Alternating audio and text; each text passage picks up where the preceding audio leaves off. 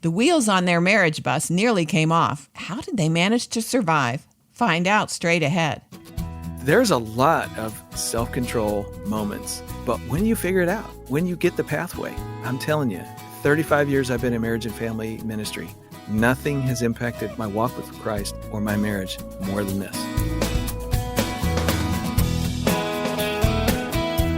Welcome to Building Relationships with Dr. Gary Chapman, author of the New York Times bestseller, The 5 Love Languages. Today, practical help for couples who are struggling. Ron Deal will talk about the mindful marriage and how neuroscience and the Bible can help you stop the painful patterns in a troubled relationship. You know Ron from his writing about the blended family and answering questions about step parenting.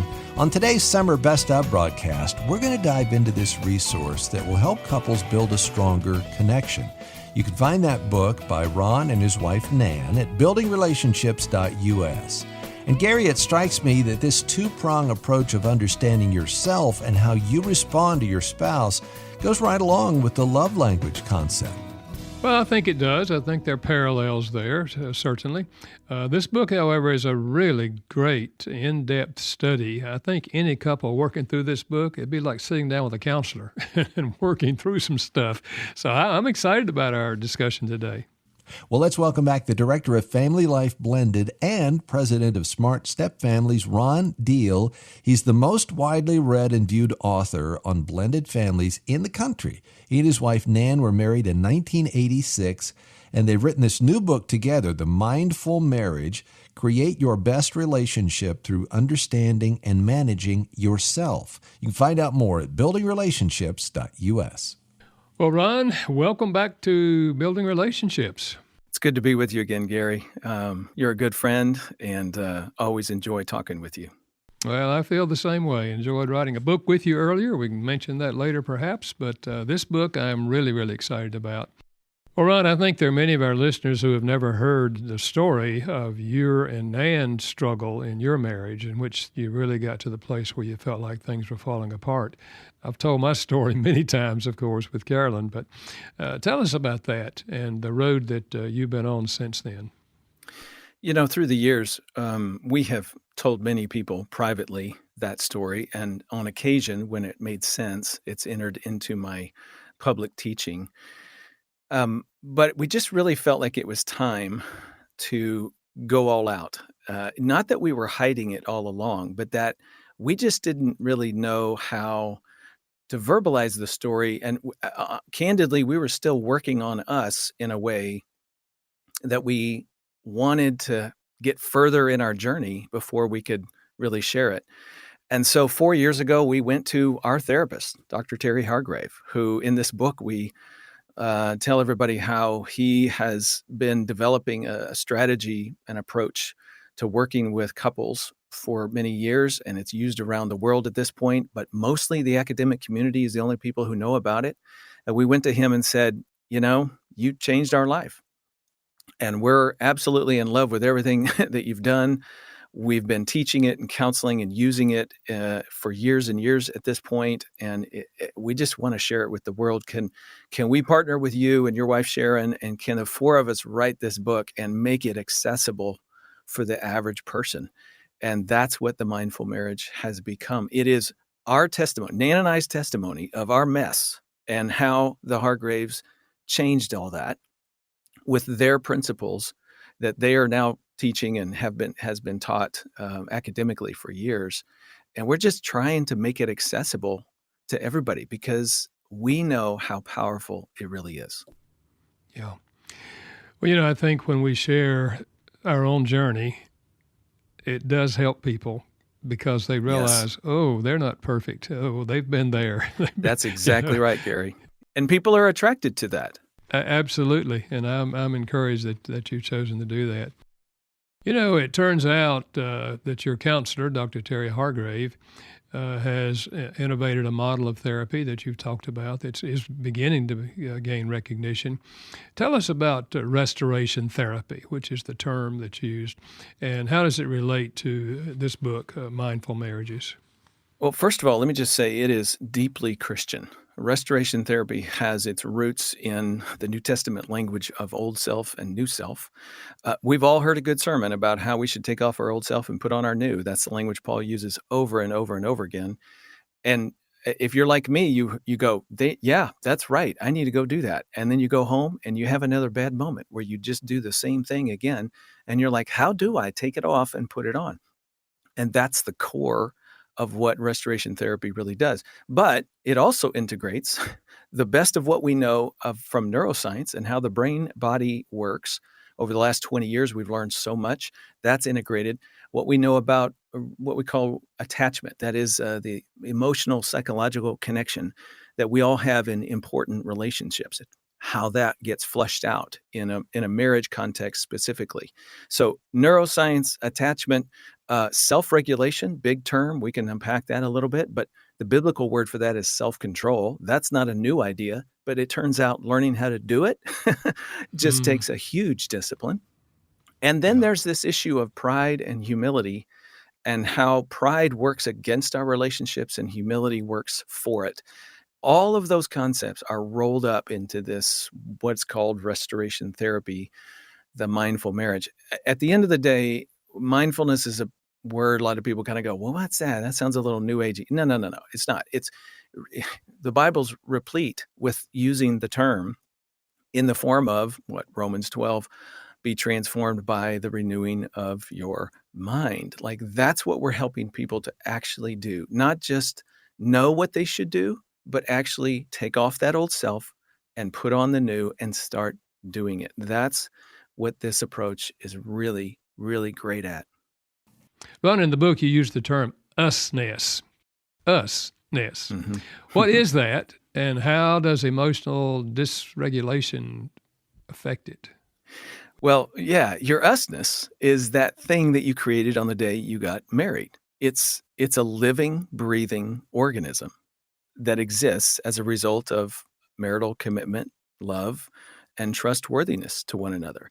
It's what you are together that is far more than the sum of the two people. I've often thought we do the unity candle maybe a little bit backwards. He takes his candle, she takes hers, and they light the center candle. And then traditionally you blow yourself out at that point. And it's like, whoa, wait a minute. Where did you go? You don't actually die. You don't stop becoming a person or being a person. As a matter of fact, you should keep those individual candles lit and then step back from the unity candle and go, okay, there's you, there's me, and there's our usness. That's the thing in the middle that we have created, that we are committed to use the biblical language that we're going to feed and nurture and care for. It's like a child, Gary. It results because of your love and dedication to one another, but you do got to feed that child. You better take care of it. You better teach it. You better instruct it. You better pour into it. And then that helps that child grow up. And your usness is exactly the same. When your usness is at peace, each partner is being fed by it and each partner thrives within it. You feel safe, you feel whole. And here's the thing, you naturally give the best of yourself back to the usness. So you get fed and you turn around and feed it. But when your usness is in pain, here's what we know. One or both partners is sort of neurologically dysregulated, and we can flesh that out in a minute. And essentially it means you feel insecure, you're feeling anxious about your worth, about how much they want you or how much you want them, and do you feel safe to give of yourself in this relationship? That's what the dysregulation is about the usness. It feels like our flame is about to blow out. It feels like the flame is getting smaller, and I'm not feeling great about that. And here's what's crazy about dysregulation. It comes in a heartbeat. All of us listening right now who have ever been in any sort of close, intimate relationship, especially a marriage, you've had those days where everything's clicking and you are just loving one another. And then one of you makes a remark and in a nanosecond, you are against each other. It's like, what just happened in that moment? Maybe I meant it harsh, but you heard harsh. And now you got your heels dug in and I'm defensive. Where did our usness go in that moment? We can all relate to this. There's something happening in those moments that brings out the worst of us. When we're at peace, it brings the best of us. When we're in pain, it brings out the worst of us. We all know it. We've all been there. We all feel it. And it doesn't mean our relationship is horrible. It just means that moment, something's off. There is a beauty in that, and there is a challenge and an art to learning how to feed and care and nurture that usness in a way that keeps it at peace. And it's a journey, right? Yes. Oh my goodness. Oh my goodness. And here's the thing I've learned about dysregulation. Everybody on the planet gets dysregulated. Everybody feels a little anxious and insecure and nervous, and another word is triggered, discombobulated, where you just don't feel like things are going well in your relationship, even if it's just for a few moments, or sometimes it's a season. For us, it rose to the point where Nan's like, I'm done. I don't know whatever we've got is, I don't want it anymore. I mean, that was our crisis moment in 2007 that led us into Dr. Hargrave's office. Yeah. And we tell that whole story in the book. Like, that was a huge dysregulated moment for us. Yeah. We all do this. We all know what it feels like.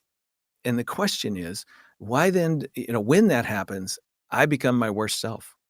How do I stay in my Christ mature new self in those moments? That's what we are getting at. And so it really is core to how we do marriage. Can I jump in and ask you how bad it got? I know Nan said, I don't want, but was it, from your perspective, what were those days like? And, the darkness that you were in? Yes. Well, it was deeply frightening. At the end of the day, I can tell you now that she didn't really want a divorce. She didn't really want to leave. She was just so sick and tired of what we had that she didn't know how to live with it. And by the way, I really think that's a common experience. What I've learned is, we talk about in the book the two pillars that every relationship needs to have. It's got to have love. Love gives you a sense of identity, a sense of your worth and belonging and value in the relationship. But you also have to have trust.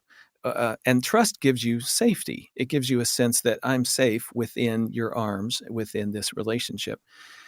Most people, long before they get a divorce, they fall out of safety with one another and then fall out of love with one another. I would say in 2007, Nan had fallen out of safety with me. She didn't believe that I was there for her, that she could count on me, that our relationship was being fed and nurtured. And, we were trying, and we had plenty of wonderful moments, but we had more and more and more dysregulated moments. And that just grew to a place where she was like, I don't know how to live with this. So she didn't really want to end our marriage, but she didn't know how to live with it either. And so it was that moment of, and of course that hit me between the eyes. Like, oh, wow, I knew we were struggling. Didn't realize it was that bad on your side. I don't think it's that bad. Which one of us is right now? We're arguing about how bad we are. That's a fun little place to be. And so it was like, clearly something's got to change. Clearly we need some outside help. And that's where we saw it. I will say this. I didn't think we were that bad off. Now you can go, was that denial? Was that, and I've learned that I'm really good at counter blame. So in my mind, it's not nearly as bad as it is in her mind. And so I can make her the problem with that. Mm-hmm. And that's what I did initially. And it was only when I ended up in Terry's office that I began a journey that he unfortunately and fortunately forced me into, where I had to look deeply into the mirror at my own pride and discover that, man, I'm blind to me. And if I don't wake up, what Nan and I have is just going to keep getting worse. And Nan had a whole side on, she would tell you she had a whole lot that she had to work on too. This is not a one-person problem. This was a two-person problem. But I was not willing to look at myself until that moment. Yeah. Because by nature, all of us, when a situation like that, we're really thinking, it's the other problem. It's the other person. if they would change, but you're right. It has to be both of us because we're the usness is there. Exactly, and we're both responsible for our usness and to it. Yeah. Now you talk a lot about neurology of interpersonal relationships. Explain that, and why is it important? Well, um, I think there's the experience of, having bad moments and just becoming upset or angry at your partner or critical of them or feeling their criticism and you get defensive. Like those are the words that we all put on it. But in the last 25 years, we've learned what's going on below the surface. That is what's embodied in our mind, body, and brain. And it kind of goes like this. As we experience moments in our childhood and adulthood where we don't quite feel loved or don't quite feel safe, those two pillars we talked about, when one or both of those is off, either from how we were parented, moments at home, or an early relationship, or maybe even a first marriage, that our brain writes a little story about what that means for us. Oh, what this means is this is Ron's story that I've learned about myself. What this means is the way Ron shows his adequacy is by excelling at his work, by performing really well, by doing his best. And so I was driven and I drove so hard at my work and career and life and marriage and trying to be a good husband and father all at the same time. But at the end of the day, the husband part really suffered. And that's what Nan was really reacting to in a big way at that season of our life. And well, what's that about for me? Well, for me, it's about, I don't want to feel inadequate. I don't want to feel like I'm not enough. Well, what's that about? Well, that pain came from the question that I had in my childhood about how I get my dad's love. And he had high expectations, and he was an evangelist and a wonderful man. I had great parents. And at the same time, I also knew if I didn't live up to the standards that I might just lose their affection, their love. At least that's the story I wrote for myself. I don't think that was actually true on any level, but I made it true. And so the story of my pain is if I'm inadequate, that I may not be loved and may not be safe. So you just perform really well. All right, fast forward a little bit. That's the story my brain knows. So anytime in my marriage that I felt like I saw Nan's disappointment about me, I panicked. I went right into, oh, I'm not enough, and she's not going to be satisfied with me, so I better get busy. And I would get busy in two ways. By the way, this is a fight or flight reactivity. This is neurological. We all do fight or flight. Fight or flight takes four forms: blame, shame, control, or escape. Those are the four ways it comes out of us. I'm a good blamer. I can counter blame. I can figure out what Nan's doesn't have right. And I can take her argument apart and, go turn it around and make it about her. I'm also a control person. So I can control by performing, by doing and exceeding. I can also control by criticizing her. At the end of the day, blame and control tactics just make things worse. Because she doesn't feel heard, she doesn't feel understood, she just feels attacked. And oh, by the way, she has her own pain narrative from her childhood where nobody really listened to her ever. She just felt abandoned and all alone most of her life as a kid. And so whenever I would go into the mode of defending myself and proving her wrong, she basically heard, yep, I still don't have anybody on my side. And so our two pain narratives collide in our blame, shame, control, and escape strategies. And it just makes things really ugly. Now, here's, what's crazy about this is you can map this.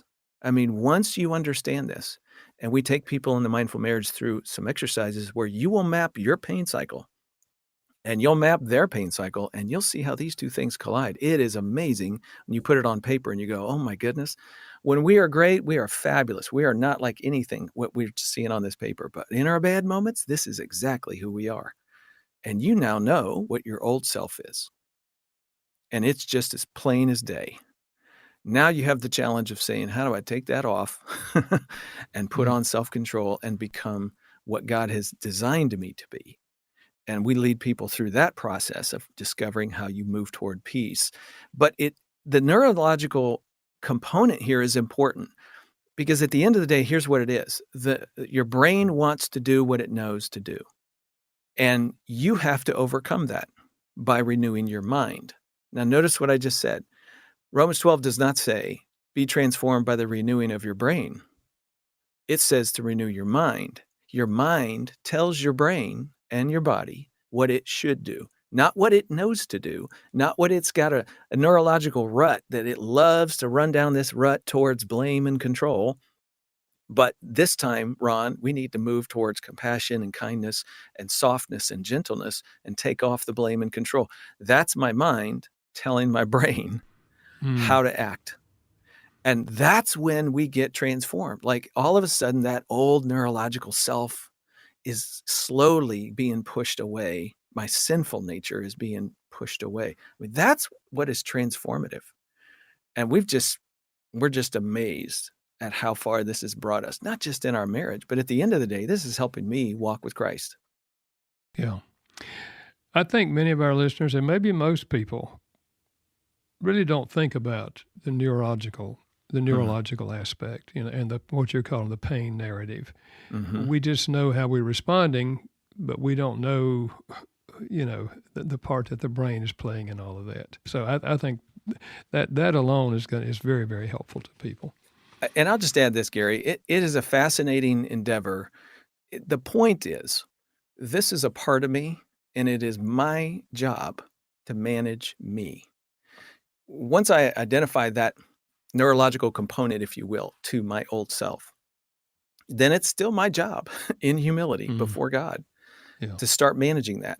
Most of us spend our entire life, as you said earlier, very insightfully, by the way, most of us spend our entire life trying to get our spouse to love us or do something different in such a way that the pain I feel goes away. Now notice, that is Matthew 7. That is me focusing on the little tiny speck in your eye while I've got this huge log in my eye that I'm totally ignoring. And so I obsess over the speck in your eye. Well, that doesn't help either one of us deal with the log. I can't get Nan to love me in such a way that I feel adequate. She can't love that into me. It's not up to her. It's up to me. And I really think this is so vital to the Christian walk and how we portray our lives with one another in marriage, that I'm just telling you, I don't think we talk this talk very well. We inadvertently sort of blame the victim. We say to the spouse, well, what can you do to help Ron not feel inadequate and insecure about himself? Well, she can be kind and nice and do certain things that help me. But that is neurological. It is in my brain. It's embodied in me. She can't love it out of me. It's inappropriate for us to assume she can. What needs to happen is Ron needs to take responsibility for Ron. And that's when I can grow up in Christ. And so as this message pours out, it's sort of like, wow, okay, stop blaming the victim. Ron, start dealing with yourself. And we write about how people misuse your love language principles with what I'm talking about. How many times have you heard somebody say, well, my love language is, and you got to get my wife to love me that way? No, the whole point in your principles is for me to be selfless and start looking at how I can serve my spouse rather than demand that they serve me. But I know you've had people misuse that for years and years and years. What is that? That is what I've been talking about. We want the other to love me in such a way that I don't feel any pain in my heart and life anymore. That will never, ever work. I'm the one who has to deal with the log in my eye. And here's what Dr. Hargrave has taught me. There is a quick fix about, if you'll just, love me in a certain way, then my log will leave my life. Well, no, that's like cotton candy. Your spouse can make you feel good for a few minutes. But what is neurological in your brain, embodied in your soul, you are going to hang on to until the day you reckon with it, until you start taking charge of it. It's not even up to God. And let me explain that.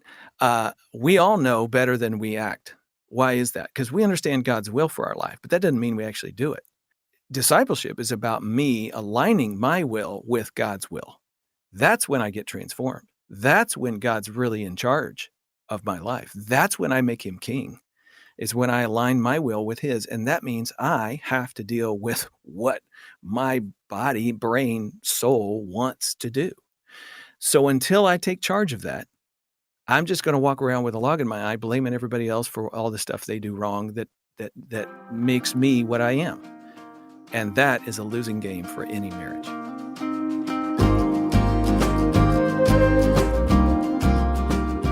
You're listening to the podcast, Building Relationships with Dr. Gary Chapman. Find out more about the program, when Gary might be coming to your area, and our featured resource at buildingrelationships.us. Our guest today is Ron Deal, co-author with his wife Nan of the new book, The Mindful Marriage. Just go to buildingrelationships.us to find out more. Well, we talked about the old self and the new self, the biblical concept, putting off the old self, and the role that the patterns in our brain, how they influence us. And unless we're really thinking about it, we don't see that. How does humility fit into this whole thing of understanding the other person, understanding yourself, and processing all those? So in the Mindful Marriage, we're going to walk people into an understanding of their pain cycle and the story of pain in their life and what it leads them to do, how they react and blame, shame, control, and escape. We're then going to lead them to a place where they understand the peace cycle. That is, what does it look like to live out of God's truth rather than out of your pain? And once they've identified that, they have a very tangible map of how to change their life, how to be transformed by the renewing of their mind. And here's what we've learned. People won't do it unless they put on humility. At the end of the day, humility is the attitude that says, yeah, it's my job to deal with me. It is me and God working on me through the Spirit, power of the Holy Spirit. And unless I bow the knee to the King every single day and say, Lord, help me, I won't actually change what I do. I'll just stay stuck in it. I may have the greatest knowledge. I got this map in front of me. I now know me better than I've ever known me, and I won't change anything in real life because I still think in pride that I don't deserve this, or I deserve better, or it's somebody else's fault, or whatever it is that pushes it away from me. Humility is that posture that says, I'm getting really serious about who I am, and I'm bringing that before God and asking for his help. It's what activates the change in us. And without it, we're just stuck. And let me just pull back for a second and say, there's an amazing principle taught in Scripture that I just continue to ponder and chew on. And we talk about it in the Mindful Marriage. And it's repeated, I've lost track, I think more than 35 times throughout the Bible. But it goes like this: God opposes the proud and gives grace to the humble. And in a very simple way, here it is. If you come before God saying, hey, I got life figured out, I don't need you and your rules, that's pride. He's going to oppose you. He's not going to let you stand before him with that attitude and get away with it. He just won't. He'll let you suffer the consequences of your choices. He'll bring something to your life that challenges your pride. Something is going to show up in form of opposition. And we can just think of a character in the Bible, and you can probably identify those who did that and how God opposed them. But the opposite is also true. Stand before him in humility and say, Lord, I don't got anything. I don't have anything figured out. I am nothing without you. I need you. And he runs to our side like the father and the prodigal son and throws a coat around us and said, you got it all. I'm here for you. You're my child. Grace abounds. Mm-hmm. Now, here's what I want people to hear today. I believe that principle doesn't just work vertically, spiritually with God. It works horizontally with every relationship in our life, most notably in marriage. But it also works in parenting and leadership and pastoral care, or whatever it is. I think politicians stand before people in pride and they will oppose you. Stand before your wife in pride and she will be sick and tired of you in a hurry. And next thing you know, she is pushing back somehow. But stand in humility. When you make a mistake, when you find yourself getting, you know what, I feel inadequate right now, and it's my job to put guardrails on that, and I'm not going to take it out on you. When I say that sort of thing out loud in front of my wife, she breathes a sigh of relief, and she, more likely than not, has grace for me. She softens. She has more compassion. She's more forgiving. She'll go the extra mile. Why? Because she sees Ron putting on humility and taking charge of himself. And when Ron does that, he is far more safe to be around. He's more approachable. But the opposite is also true. If I put on pride and go, hey, babe, this is your problem, not mine, all of a sudden she's in opposition to me. And I am undoing myself, and I am undoing our usness in pride. At the end of the day, this is the core thing that either makes the love languages helpful or not helpful. The mindful marriage principles helpful or not helpful. Just because you know it doesn't mean you'll do it. And humility is the thing that's going to activate your ability to follow through. I'm thinking about John 15, verse 5, where Jesus said, I'm the vine, you're the branches. You stay connected to me, you bear fruit. And then this statement, without me, you can do nothing. That's right. And I learned that early in my life. I'm glad that I did. That's why every day I'm crying out for wisdom, God, in this situation. I can't do this, you know. Every single day, that has to be our wake-up posture. I often say, I've learned the hard way that we come to Christ in humility. Lord, help me. I need you. We walk with him in humility. You know, what does the Lord require of you? Act justly, love mercy, and walk humbly with your God, Micah 6:8. And someday when he comes, every knee will bow and every tongue confess that Christ is. We're going to bow in humility when he comes. It's the before, it's the during, and it's the after of discipleship. And if we don't do that, then we really cannot learn any of the other virtues and character qualities that we need to have to become more like Christ. Ron, in the book, you use the term called phubbing. Phubbing. What is that? It's a new word. It's a new word. And how might it affect all of this? Yeah, well, you know, because of our mobile phone world, psychologists have come up with a new term. This is partner phone snubbing. Phubbing is when you snub your partner for your phone. And everybody listening right now knows exactly what I'm talking about. This has either happened to you or you've seen it. You've been in a restaurant and you see two people or a family sitting there and nobody's talking to one another because they're all looking at their phone.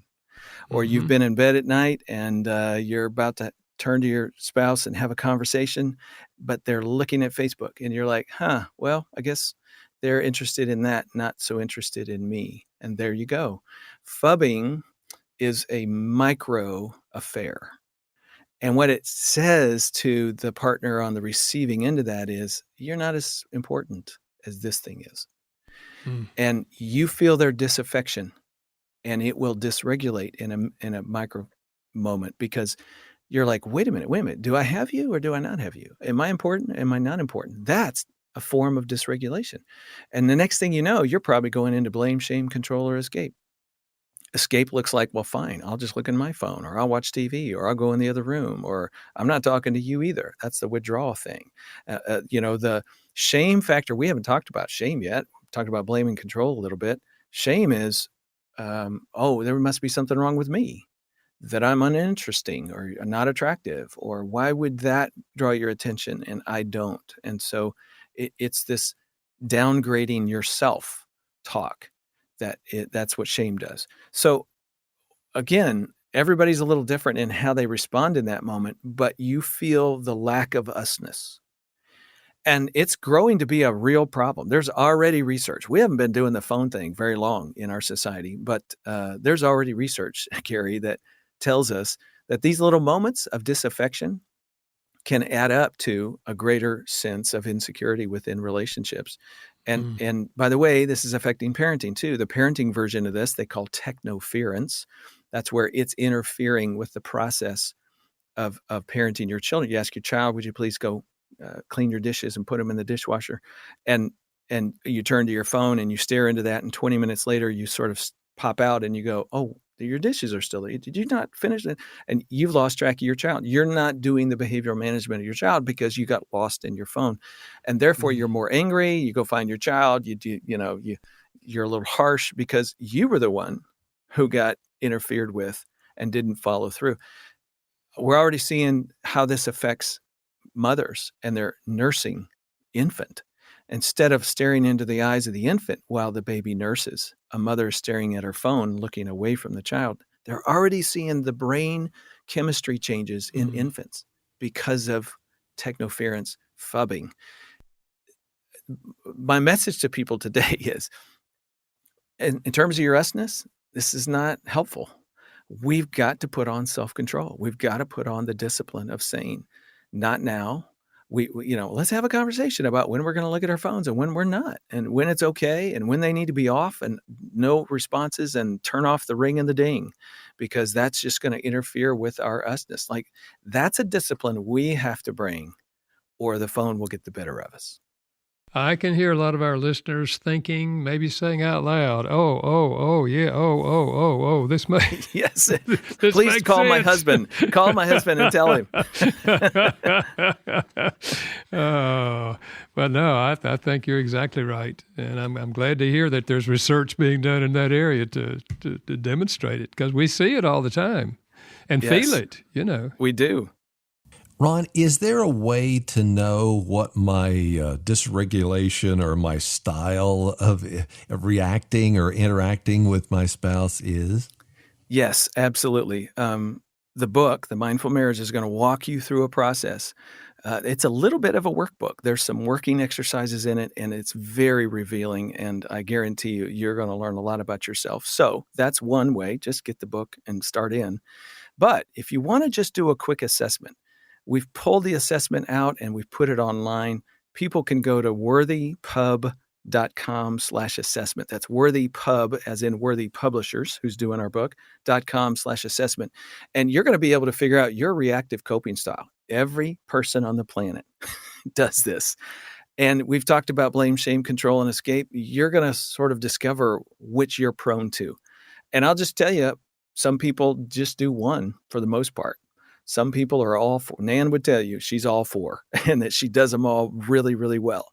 I have a couple of them that I'm exceedingly good at. You'll discover who you are. And here's the interesting thing about it, and the important thing about this is, like, once you identify that, you can start seeing it show up when you're driving down the highway and somebody cuts you off and you do the quick, there's one of your four is going to show up right there in that moment. When a child disobeys or disrespects, you're going to feel that dysregulation. When you feel like you've lost connection with your spouse or a family member, or your mother offered another criticism, you're going to feel it, and you're going to notice this thing showing up in you. That's the beginning of the journey to saying, that's my old self.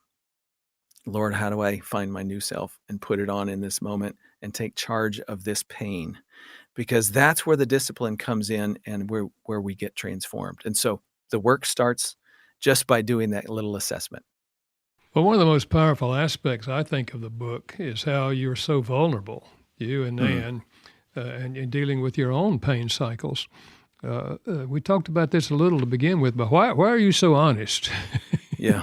Well, it's a good question, Gary. And honestly, I think our profession has not done a good job of this. I see pastors and marriage and family teachers and Bible teachers who maintain a really good image. And I get it. I did that for a long time. I kind of think we think we're going to lose our ministry or something. But at the end of the day, what's attractive about humbling down is that other people go, oh, it's not just me. If that's Ron and he's that guy doing that thing, writing those books, doing that, speaking that, whatever, then it's not just me, and I'm not so horrible, and we're all on this journey together. And I just think the church needs this desperately. How is it that we've had so many high-profile church leaders fall in the last 10 years? Pride. And we sort of let them get away with it. And nobody's saying we got to be humble. Every single one of us has got to fall on our knees before the Lord every single day of our life. So Nan and I, through our journey, we've just decided we're going to be real. We're doing a mindful marriage conference for churches. And in that conference, often we are working through on stage something that happened while we traveled to that event. Because travel happens to be one of my triggers. And so I kind of get dysregulated, and then we have to deal with it. And we've decided we're not going to be phony. We're going to be as real as we can be and show people how we're making use of this in real time so that they too can find hope in that and find the ability to emulate it. And so I just think it's time we lead out. And here's the thing I've learned, and I know you know this, Gary, I'm preaching to the choir right now, but when somebody is vulnerable and honest and humble first in a small group, in a Bible study, in a church, when somebody goes first, other people will immediately follow. Yep. But if nobody goes first, everybody pretends and everybody Yep. keeps the face and the appearance, and we lose the deep intimacy and connection that God wants us to have as his children. And so somebody's got to go first. Well, Ron, as we come near the end of our time together, let's talk a little bit more about how we can help the church be more open to the kind of things we're talking about here and understanding, the brain and all of these things and how they affect us, even though we're not even thinking about it so much of the time. Yeah. Well, we know from Communio that 80% of churches don't spend a dime on marriage education or ministry in a given calendar year, and 75% of churches don't do more than 3 activities in a given year. Even if a church doesn't spend any money, they do a small group, they have a retreat, they do 3 or less. That's 75%. Only 25% of churches will do more than that. In other words, we really don't seem to be that invested in helping couples thrive, let alone stay married. Yeah. And I don't get that. You and I both know that the context in which we live our most intimate relationships is where God is also growing us up into the image of Christ. You want to talk about discipleship? Everything we've been talking about today is discipleship. It is growing me. It is maturing me to be more like Jesus. And marriage is the avenue through which God does that. Yes, we got to study the Bible. Yes, we need to teach it. And yes, we need to figure out how to do relationships. And the church really needs to get more active in that way. And not just fun, sermons that make people laugh or date nights. I'm all for date nights and good entertainment and a good laugh and let's go out and have a good time, honey. But if that's all we ever get to in our marriage ministry, then I'm not really being challenged. I'm not really growing. I'm just allowed to laugh and stay as I am. Yeah, no, we can mature. We can do more than that. I want to invite church leaders and couples, because often the couples listening to us right now are the ones who are going to go to their pastor and say, hey, we got an idea. Let's do more. Let's dive in. Let's get into the deep end with people's lives and relationships, in particular marriage and parenting and family, because so much good happens when we help people do that. And the next generation comes to know the praiseworthy deeds of the Lord. Yeah. Well, I think this book is going to help that process. And I just want to encourage our listeners, if you're a lay leader in a church and you lead small groups, this is a book you want to get yourself. You want to process it yourself, work through it in your own marriage. And I think you'll want to be using it in small groups in your church. So, Ron, thanks for being with us today. And thanks to you and Nan for putting this together and sharing your own journey in such a practical way. Thanks again for all that you have done and are doing. Well, you endorsed this book, and we are very grateful, and we just pray the Lord will use it. Well, Ron mentioned that assessment a few minutes ago, and if you didn't get that website, let me give it again. If you'd like to discover your reactive coping style, go to worthypub.com/assessment. worthypub.com/assessment. And if you go to our website, you'll see the book, The Mindful Marriage, Create Your Best Relationship Through Understanding and Managing Yourself. Find out more at buildingrelationships.us. Again, that book is written by Ron and Nan Deal. And next week, what does it mean to be pro-abundant life? The president and CEO of CareNet, Roland Warren, will join us. A big thank you to our production team today, Steve Wick and Janice Backing. Building Relationships with Dr. Gary Chapman is a production of Moody Radio in Chicago in association with Moody Publishers, a ministry of Moody Bible Institute. Thanks for listening.